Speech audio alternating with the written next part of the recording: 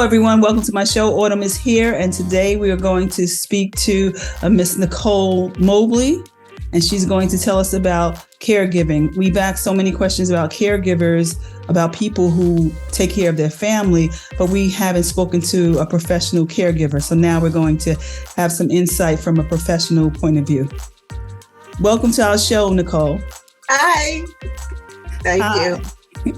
Well, I'm glad you were able to make it this evening. I thank you for being on our show. Tell me a little bit about your profession, what you do, and how long you've been doing it. I'm a home health aide, and I have been doing this for about 7 years. 7 years. Okay. All right. How did you get into it?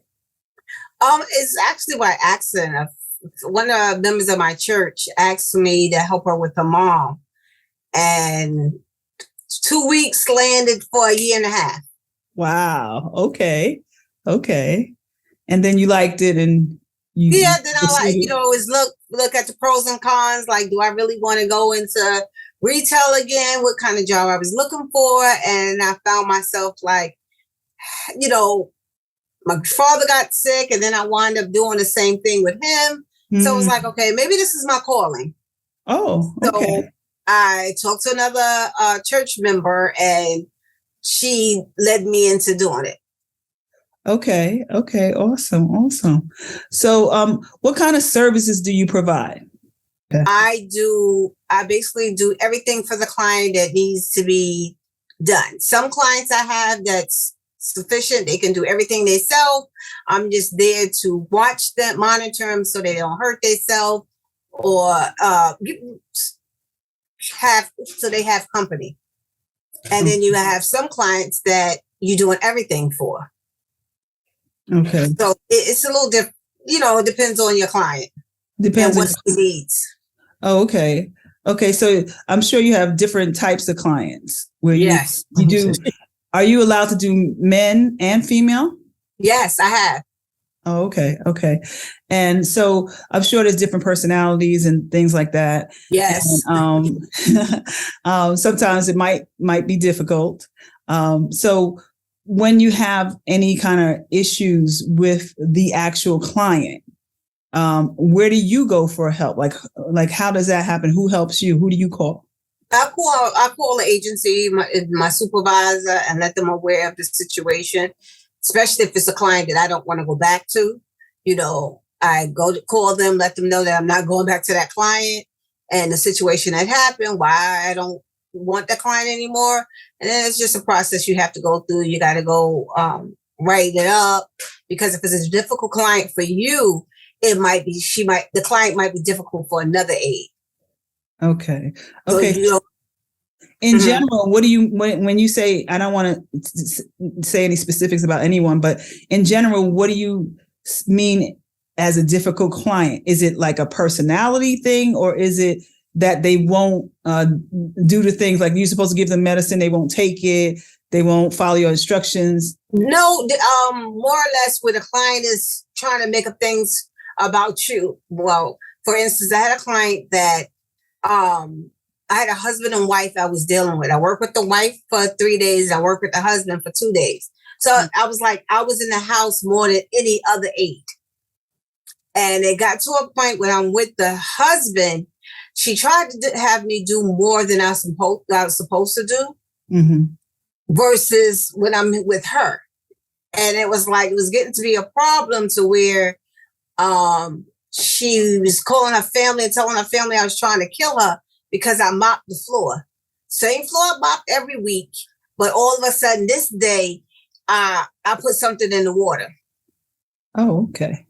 So I was like, okay, means for me to step out. It's too much. Because if she's doing that, I don't want her to tell, she made a comment with the agency, but I covered myself and I called them first and let them know what happened and that I'm not going back. And I was the last person because nobody wanted to work with the lady. Right. She was that difficult. Right. So. Okay. I just want to understand what possible things may happen. You get a client that's violent. I mean, I had a man that he had a stroke. He couldn't talk. And then what he did speak, he spoke in his language. So it was a communication block. And then when I realized I had to come out of my comfort zone, okay, we're not supposed to say talk religion to the client, but I realized me talking, letting him know that I'm a Christian, and it kind of calmed him down some, so that I was able to get out that situation. Okay. Because he was, he was getting ready to hit me. And I'm like, no, this is not. And I went and reported it. I let him know that I wasn't going back to him, that he's violent. He's violent. He was playing with himself, in front of me. And I'm like, this is not a comfortable situation I want to be in. And, certain things that's his house. He could do what he wanted to do. And I'm like, yeah, okay. So I need to think about my safety. Your safety. Okay. So I left him alone. I left him alone. Okay. So tell me one that's a pleasant story, a pleasant client, a client that listens to you, that takes the medicine, that treats you with respect, that, because I'm sure it's not always where it's difficult. So I had two. My first two cases was the most easiest cases. I wish all my cases were. I had an older woman. She happened to be the same age as my mother would have been if my mother would have lived. And she wasn't that she was overweight. And the aides that were there would come there. She did everything that she wasn't supposed to do. But my problem is sometimes I let my Christianity jump into it, because to me, I feel everybody needs love.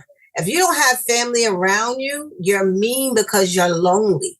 And people have to understand that's why the people act the way they act. I stayed with her for 2 years. And it was to a point that I only had her for three days out of the week. But it was so easy. I mean, they wouldn't bathe her. It was just things that the other aides that she had wouldn't do for her. And it was like, she was like, do you mind bathing me? And I was like, let's go. And I gave her a shower, washed her, lotioned her body out. She was overweight. So, they have all these creases. I got in the creases. I lotioned her down.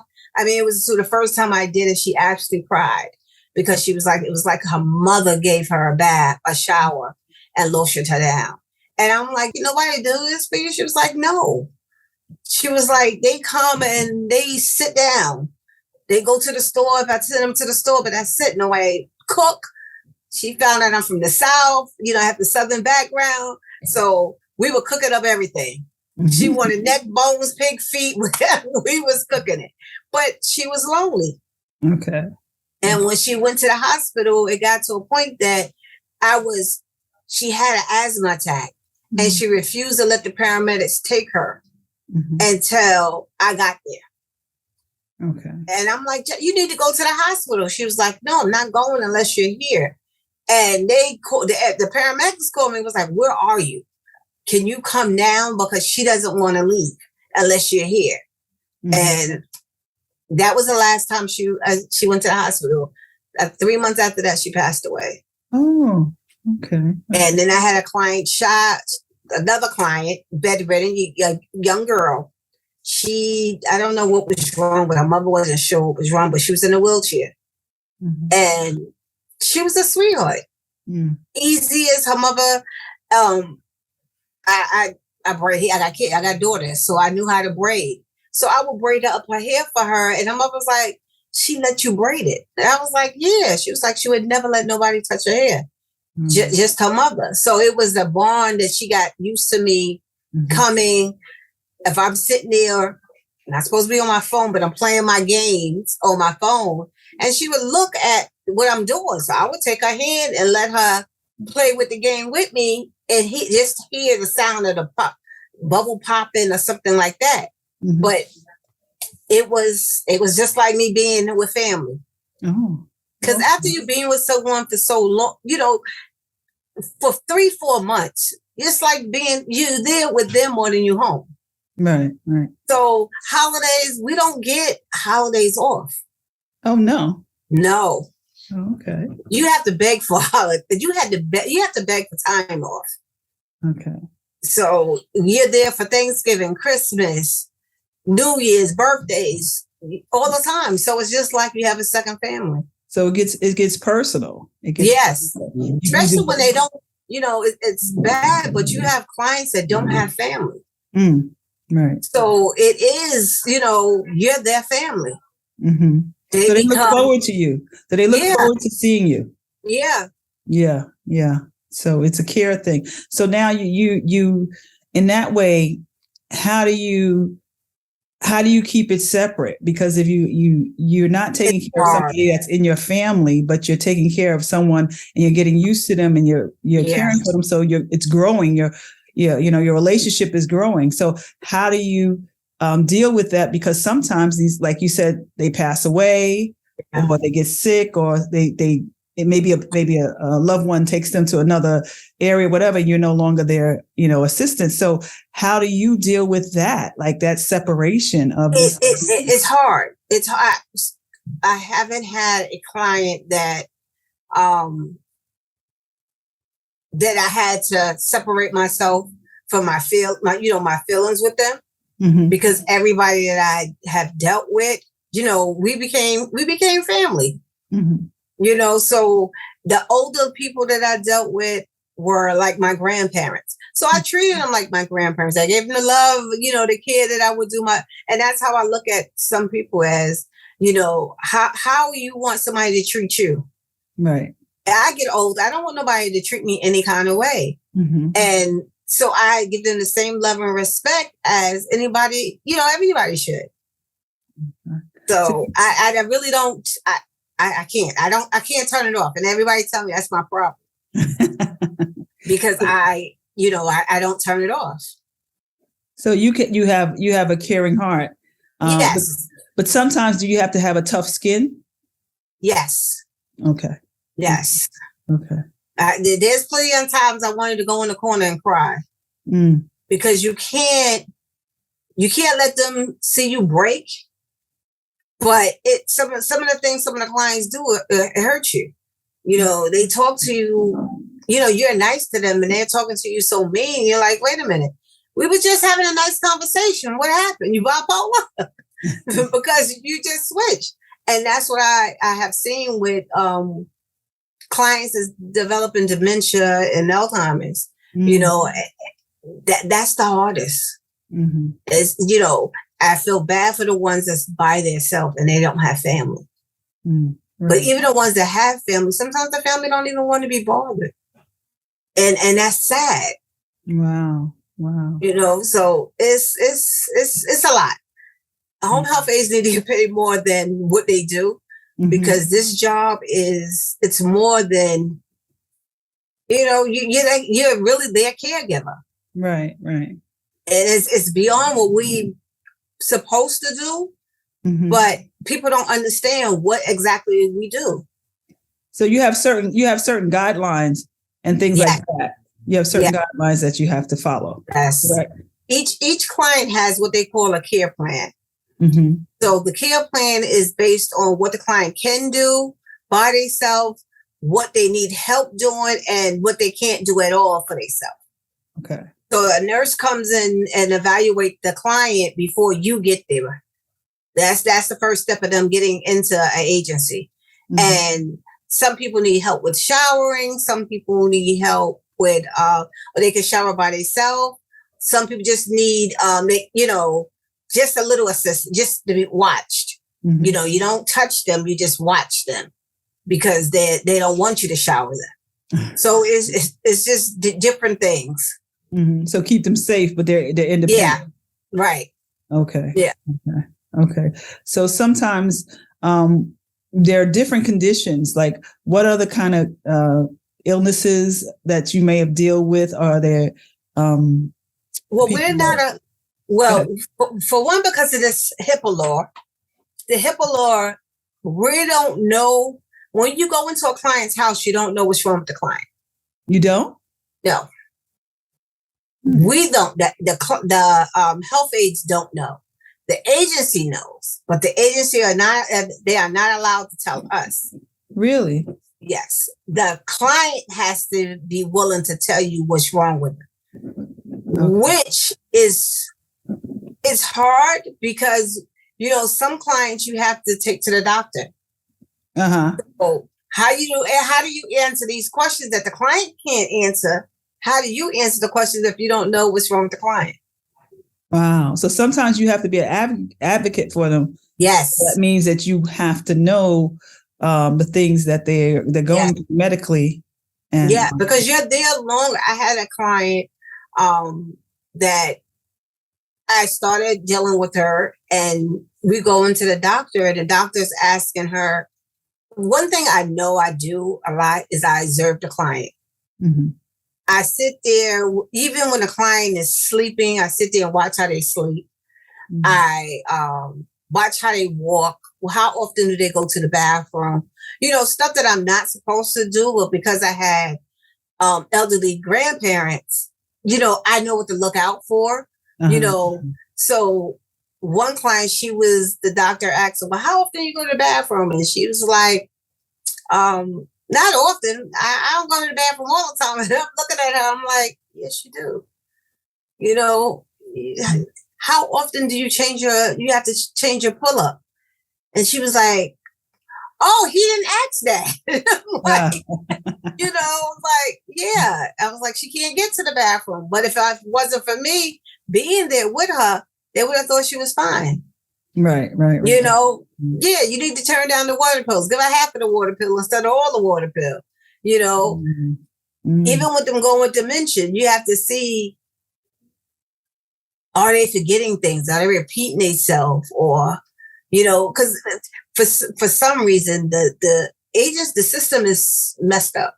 I feel like people that need hours don't get them. And the people that don't need the hours get them. Really?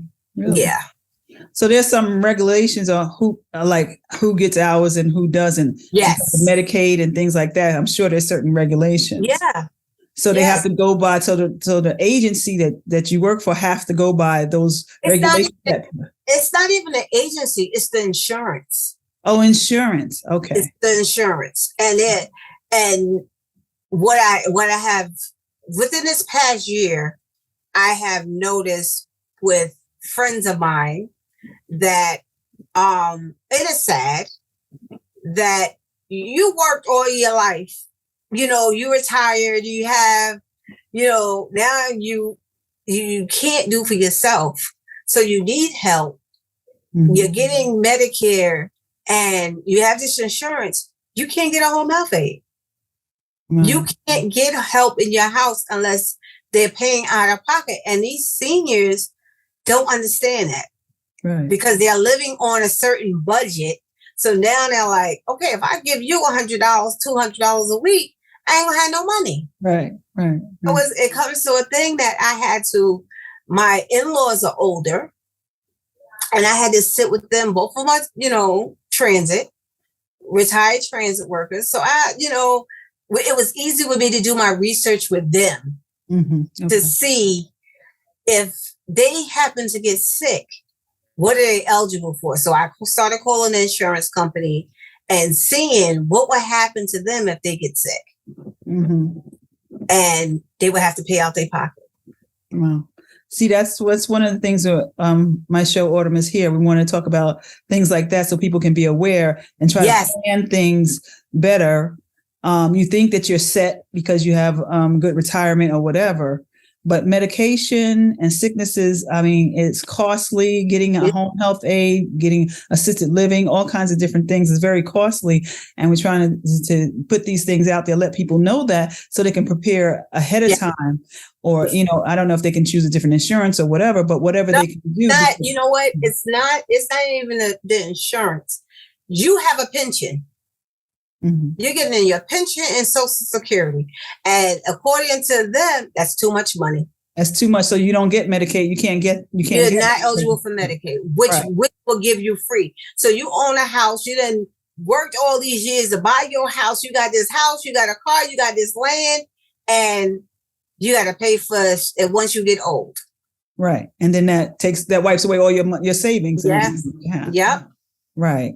So right. what I did with my in-laws, I told, I sat with my father-in-law. I was like, listen, you need to now, because you're right mind, you're good.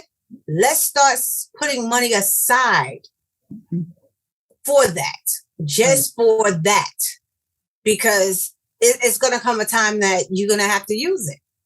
Mm-hmm. And that way nobody is hurting, because you have families out here that now they're going into their savings to take care of their parents. Okay. Because they feel it's not enough money to pay the mortgage and, other things that's going on. It's not enough money.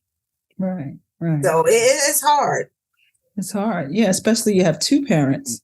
Yes. Of age, Yeah. So, yeah. It's difficult. Well, I know that you have a support from your agency. Yes. Yeah. Okay. And I do private. I try to do private duty because that's where my heart is. Mm-hmm. If I find a friend that needs help, if I'm not working, right, and need me, I'm available. So I'm always willing to help.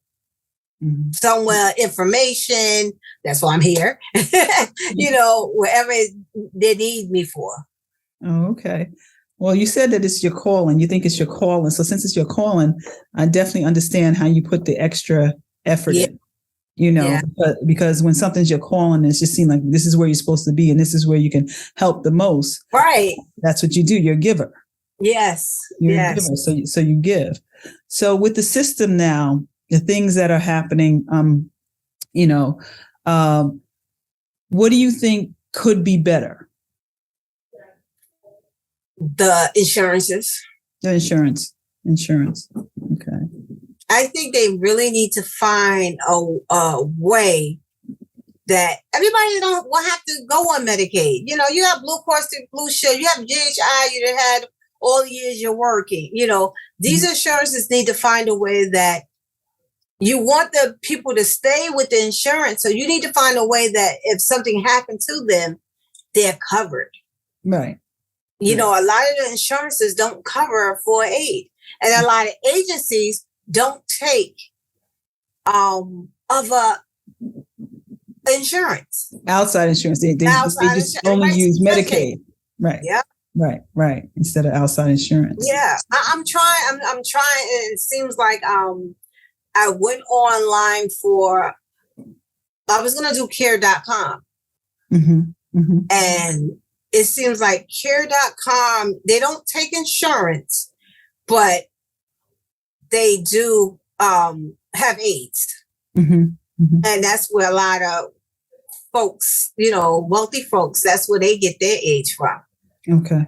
So I was talking with my daughter, because my daughter's a doula. So I was like, maybe we need to open up an agency to where we can assist other people. Mm-hmm. Find a way that we can, do the home health aid that some people might just need 2 hours to somebody to sit with them, or, our own call, aids. Mm-hmm. Go to the doctor with the person, or, something like that, because the system is broke.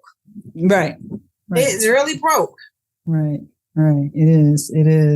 It's sad that, you work all your life and you pour into the community, your system, whatever you've done. And then now that you're older and you need the assistance, it's like, well, whatever we have here and whatever it is, they put certain things in place, but kind of like in general, there's so many different scenarios that can happen that, you can have all kinds of serious illnesses and things like that. And there's nothing that's going to kick in that's going to help you to make it through or add to your money that you have to help you to get the help that you need. Right.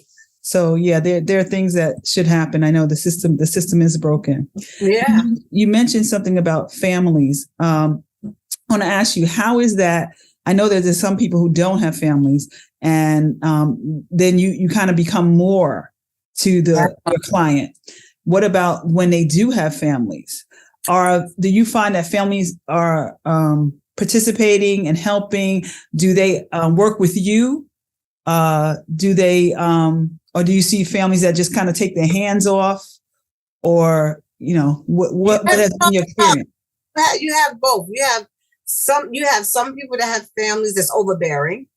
Mm-hmm. They get in there and they want to see you working. Okay. Yeah. And, they want to micromanage you. And it's like, I don't have to do that. Right. Well, I need you to clean the windows and I need you. No, I'm not a maid. I'm here to take care of the client. I'm not here to do housekeeping, make sure her area she sleeps at is clean. You have clients that live in a house with their kids and their grandkids. And then they're leaving the kids in the house with the grandmother that you taking care of. So that means you're watching the kid. Uh-huh.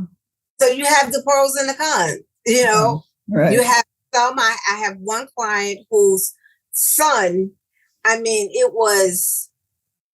he took to me because I knew I started watching his mother and I started letting him know what was going on. You have to be able to communicate with the family. Mm-hmm, mm-hmm. Because you're there with them more than the family is. So you have to let them, okay, I think you need to call the doctor because your mother started doing this or your father started doing that. I noticed a little change. Mm-hmm. And they, some of them would do it and some of them like, oh no, something you did. Yeah. So sometimes you have to kind of let go. Yes. Yeah. Yes. You can't get in the middle of the family. No. Right. So you have to be a professional. Yep. You do it's not your job. It's not in your job description. So you don't, you let the agency know what's going on, who was there. Because they have been a lot of, with the different aides that they didn't do what the family wanted them to do. So one lady, they locked her up and beat her up because she wouldn't do what the family wanted her to do. Oh my goodness. Okay. So it's a lot. It can be dangerous. Yeah, it can. It really can. It can be. You have to watch your surroundings, who's in the house. And that's one thing I asked the supervisor. Who's in the house with the client? Mm-hmm. Who else do I have to deal with? Because I have to protect myself. Right. And if I'll go one time. And if I don't feel safe, I'm not going back. Mm. You got to think about yourself first. Yes. I got to go home every day. Yeah, you have to. So, yep. Well, is there anything else that you would like to share with the audience or with the family, or some advice or suggestion that can help either somebody as a caregiver or a client or just somebody who may be in a situation? You just have to really do your research. And my grandmother always had a saying that you can't take the money with you. Mm-hmm. So if I got to spend my last dollar to take care of me, I'm going to spend it. Mm. And the same thing with the families. If your family got the money to take care of them, to give them the care that they need, pay for it. If you're not going to do it, you have to pay for somebody to take care of them. Right. Because the longer I notice, the longer the family is ignored, the faster they go. Mm. Okay. Because they're lonely, and people don't realize, I you have that woulda, coulda, shoulda, and it's too late. It's too late. Right. So, it's hard. It's very hard. But, I was able to take care of my grandparents till the last breath. Mm. And I felt good about it because I was there. It wasn't, my job. No, I gave back. They took care of me. I went and took care of them when they needed me, and that's my calling. That's how I realized that's my calling. Wow. Well, I know everybody's not the same. No, everybody's different. They have different situations and right. Different. They brought up differently. So you kind of never know, what situation you're going to be in. So, for people who are of age that they may need help or something like that, what would be your suggestion? Just to put away money, to I would really say like, you have to do it like a 401k. Mm. This is for me. So if something happened to me, I'm taken care of. Mm-hmm. Certain insurances, what they call it, whole life insurances, you can borrow off of that. You can get you a big policy and borrow off of that to take care of you, so that it's there. You don't have to worry about, okay, I'm coming out the hospital. Who's going to be there for me? Then the family can go, okay, we need to do this. It's right there. It's for it. Now you have to plan, you have to plan ahead. Mm-hmm. And that's the advice. You have to plan ahead. You have to look for what's out there. Start looking at your insurances and see exactly what long-term benefits you have. Mm-hmm. Yeah. Because everybody goes, short-term disability. No, you need to see if I need help. If I need help, can I get it? Mm-hmm. And if it's not the right insurance, find another one that can. Right. Right. Well, I'm going to assume that you enjoy your job. I do. Okay. I do. I do feel good. Sometimes it's like, it's stressful, but sometimes I can walk away with a smile that I did that. Right. I made that person day. They smiled today. So right. I do. Right. Well, I'm just grateful that you were able to share some knowledge with us and some wisdom about your profession, because sometimes you have to talk to somebody who's actually in it. Yes. And so you can, kind of get some real stories and a true picture. Right. People know, because sometimes that'll wake people up. Sometimes that'll wake families up. Say, okay, yeah. You know what? Maybe we need to do this because we don't want to fall into that situation. Yeah. So, so I'm grateful that you're doing that. And I just want to say thank you, because, someone has to do it. Like you said, there are families that don't have children. They don't have families to take care of them or to help them out, and someone has to do it. So I'm glad that you do it, and you do it with a caring heart, and you're willing to do even over and above. So I appreciate that. So thank you for that. Thank you. And just to let you know that if there are agencies, if it ever gets, and I know you said that you're pretty good with it, but if it ever gets overwhelming or too much for you emotional, they do have caregivers. They have caregiver therapy groups, caregiver help, and stuff like that. If you ever get to that point, don't be afraid to do that, because that helps sharing. I have one. I didn't do that. Okay. Just want to make sure, you do that just in case. Yeah, because you have the clients that pass away that you got close to. So you do need to, it's not easy. Yeah, it's like a grieving. So you need to. Yeah. Yeah. Okay. So just want to make sure to keep you right. Yes. Okay. Okay. So thank you for your story. Thank you for your information. I really appreciate that. And thank you for coming on Autumn is Here tonight. Okay. Good night. Have a good evening. You too. All right. Thank you. Bye-bye.